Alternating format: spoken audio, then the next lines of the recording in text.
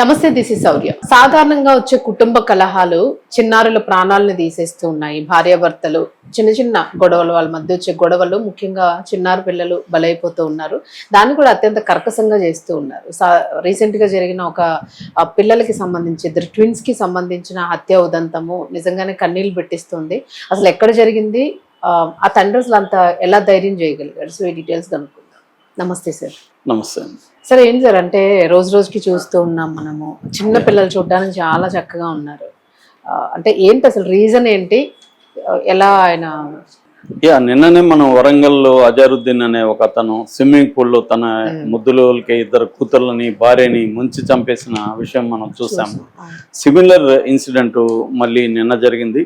అది ఎలా జరిగింది, దీన్ని ఎలా అర్థం చేసుకోవాలి, విషయాల గురించి మాట్లాడదాం. ఇది కరీంనగర్ మండలంలో జూబ్లీ నగర్ అనే గ్రామంలో జరిగింది. ఇతని పేరు కచ్చు శ్రీశైలం, వాళ్ళ భార్య పేరు మౌనిక. వీళ్ళకి 2020లో పెళ్లి అయింది. సో వీళ్ళకి కవలలు పుట్టారు 5 ఏళ్లకు ముందు. గీతాంశి, గీతాన్విక అనే ఇద్దరు కవలలు. 5 ఏళ్ళు వీళ్ళకి, చాలా ముద్దుగా ఉన్నారు ఇద్దరు. అయితే ఇతనికి ఆడపిల్లలు అంటే ఇష్టం లేదు. సేమ్ నిన్న జరిగిన కేసు లాంటిది ఇది కూడా. ఆడపిల్లల్ని కన్నావు, అది కూడా డబుల్, ఇద్దరు కన్నావు, ఒకరన్నా పర్వాలేదు, ఇద్దరిని కన్నావు అని భార్యని గొడవ చేస్తున్నాడు. ఈ క్రమంలో అతను హైదరాబాద్కి షిఫ్ట్ అయ్యే వాళ్ళని ప్లాన్ చేశాడు. హైదరాబాద్ లో ఒక చిట్ ఫండ్ ఏజెన్సీలో జాయిన్ అయ్యాడు.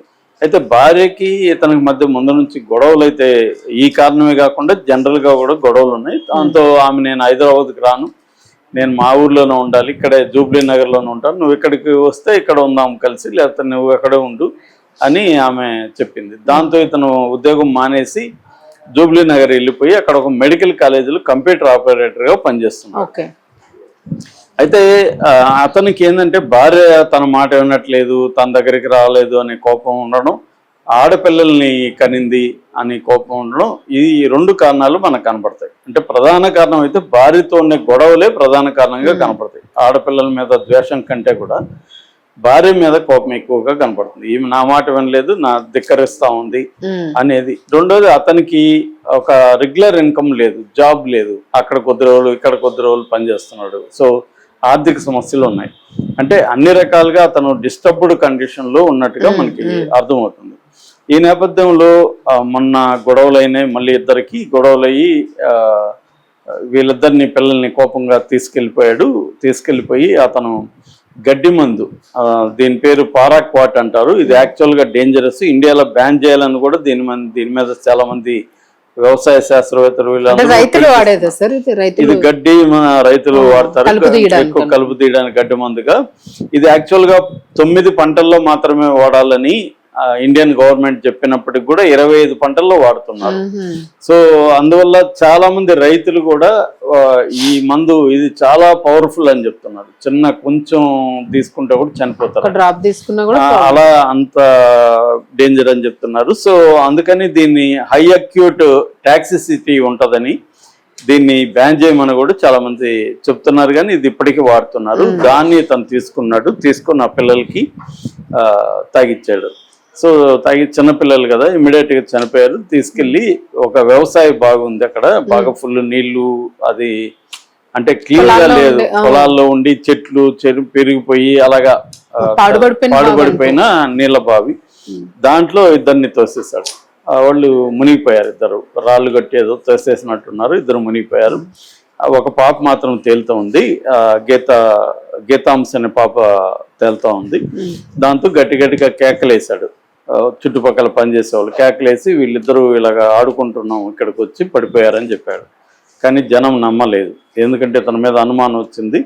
దాంతో ఇతను బాగా ఉతికారు. అక్కడే ఉతికి గజ్జి ఈతగాళ్ళంతా రప్పిస్తే ఈ అమ్మాయి గీతాన్విక బాడీ కూడా నిన్న లేట్ ఈవినింగ్ దొరికింది. ఇదంతా కూడా నిన్న మధ్యాహ్నం 3 గంటల ప్రాంతంలో జరిగిందనమాట. దాంతో ఇతన్ని కొట్టి పోలీసులకు అప్పగిచ్చారు. వాళ్ళ ఇల్లు కూడా తగలబెట్టడానికి ట్రై చేస్తే మళ్ళీ అడ్డుకున్నారు, ఎందుకంటే ఆ ఇల్లు భారీ ఉంటది కదా ఇప్పుడు.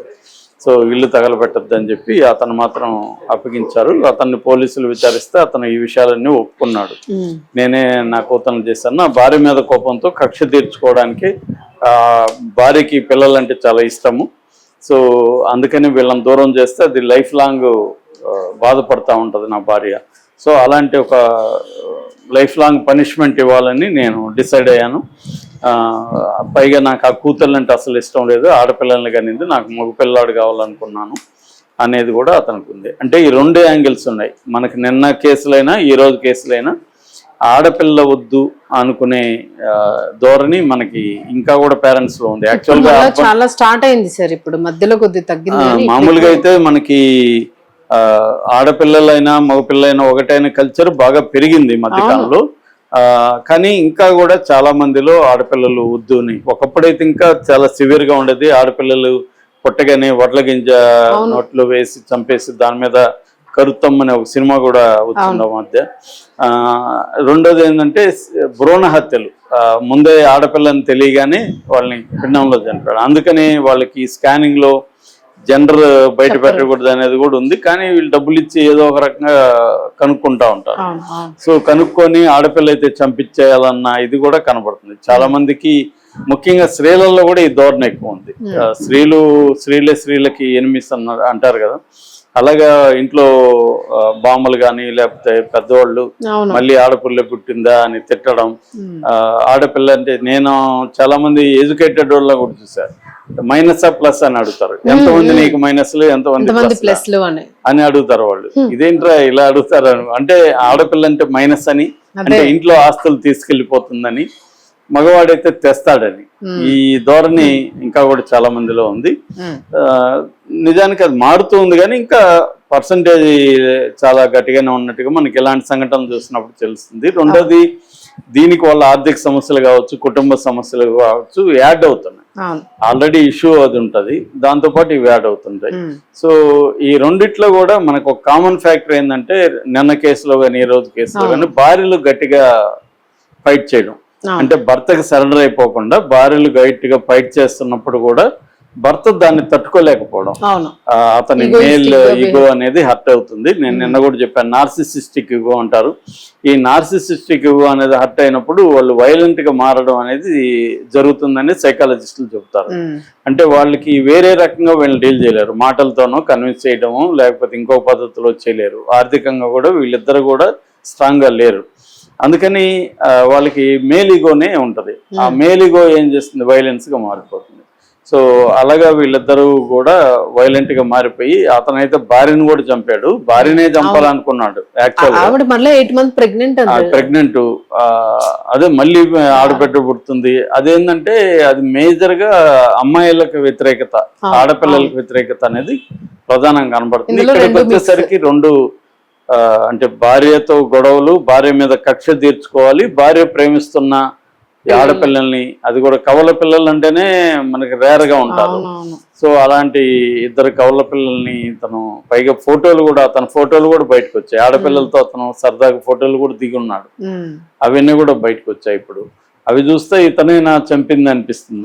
అందుకంతగా అంత క్యూట్ గా ఉన్నారు ఆడపిల్లలు. వాళ్ళని ఎంత కోపం ఉన్నా పిల్లల్ని తీసుకెళ్లి మన పరాయి పిల్లల్ని కూడా చిన్న దెబ్బ వేయాలంటే ఆ ఏజ్ గ్రూప్ లో ఇదే వస్తాము. అలాంటిది అంటే మరి ఇతను రోజు లోపల డిప్రెషన్ కి బాగా గురైపోయి ఒక రకమైన అంటే తను అన్ని రకాలుగా న్యూనత, ఇన్ఫీరియారిటీ కాంప్లెక్స్ కి లోనయ్యాడు. దాన్ని ప్రూవ్ చేసుకోవడానికి వైలెంట్ గా మారాడు అనేది మనకు అర్థమవుతుంది. Thank you.